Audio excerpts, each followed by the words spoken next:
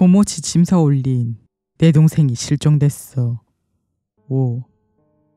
조사 결과 많은 걸 밝혀내진 못했지만 적어도 예이치 집에서 사용된 언어가 에노거라는 건 알아낼 수 있었어.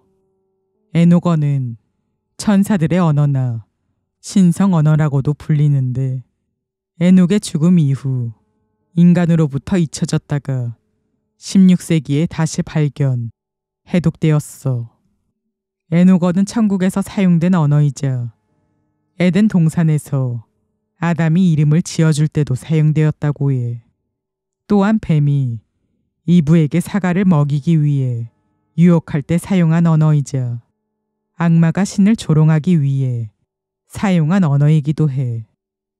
이게 내가 생각한 언어라면 그 메시지나 책을 쓴 사람은 분명 굉장히 옛날 사람일 거고 아마 높은 확률로 저 세상 사람이겠지.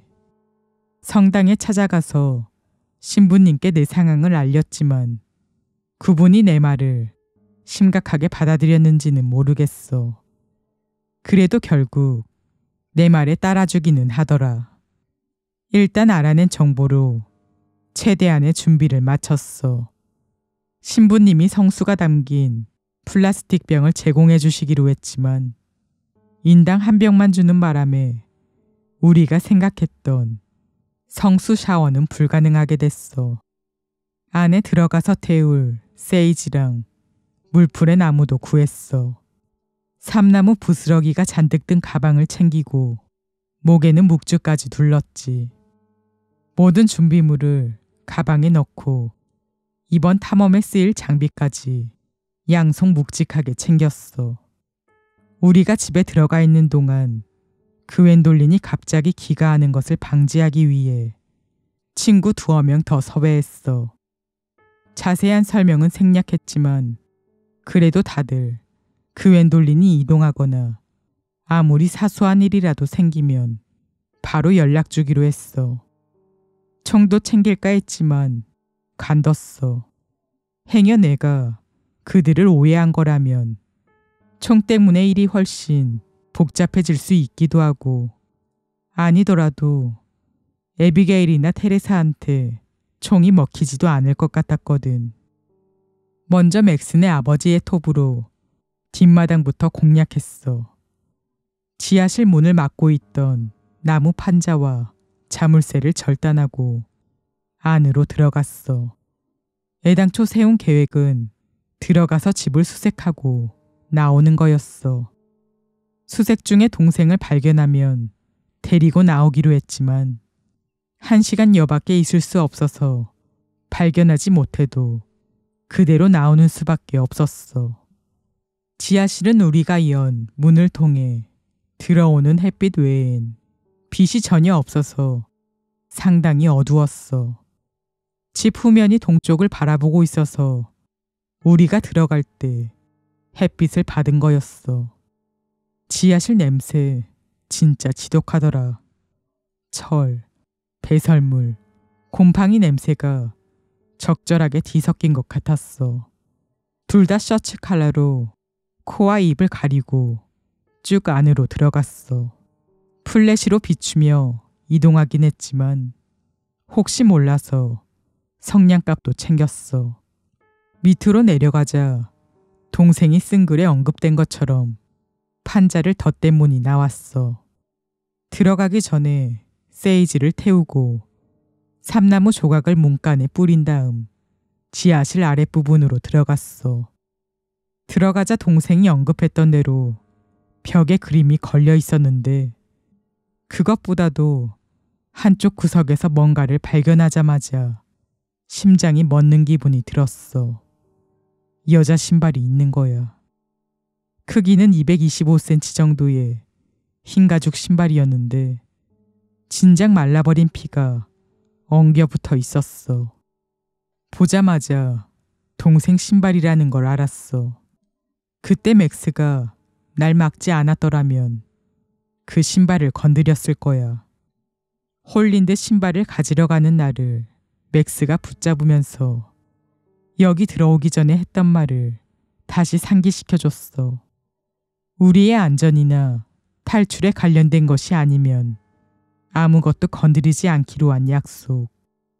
최대한 숨을 죽이고 지하실을 빠져나오려고 했지만 1층으로 향하는 계단이 자꾸 삐그덕대며 우리의 존재를 집에 알리는 것 같았어. 한 손에 플래시와 다른 손에 성수가 든 병을 든 채 우리는 천천히 1층으로 향했어. 처음 목적지는 부엌이었어. 글자가 새겨졌던 벽은 다시 깨끗하게 복구되어 있었어. 서둘러서 작업한 티가 났지만 그래도 글자가 보일 정도로 허술하진 않았어. 맥스와 눈빛을 교환한 뒤 계속 움직였어. 책장으로 다가가 두꺼운 책 몇 권을 펴봤어. 전부 애녹어로 적혔는데 의식에 필요한 주문을 기록한 책인 것 같더라. 우리가 쓸만한 게 있을까 싶어서 더 뒤적여봤지만 이 집안 곳곳에 그려진 문양과 비슷하거나 관련된 것으로 보이는 그림은 하나도 없었어. 이번엔 그웬돌린의 방을 지나쳐서 곧장 2층으로 올라갔어. 이 집에 머무르는 시간이 길어질수록 더 위험해지니까 쓸데없이 시간을 낭비할 필요 없잖아. 계단을 올라가던 중 들려온 현관 노크 소리에 둘 다 심장이 떨어지는 줄 알았어. 재빨리 맥스와 눈빛을 교환한 뒤 계속 2층으로 향했어. 끈질기게 들리던 노크 소리에 이어 이번에는 누군가의 목소리가 들렸어. 안에 있는 거 다 안다 얘들아. 경찰 같았어. 침을 꿀꺽 삼키고 계속 계단을 올랐어.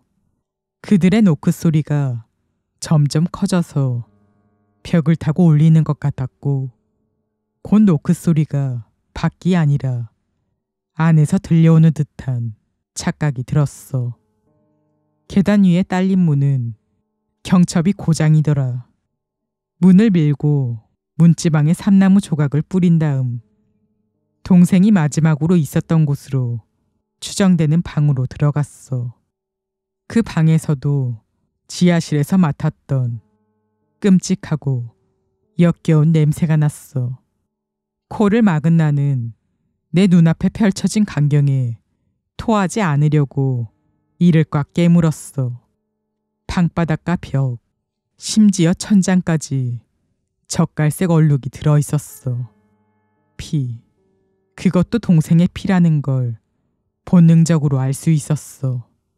수백 마리의 거미가 내 머리를 타고 기어가는 듯한 소름이 돋고 몸이 덜덜 떨려왔어.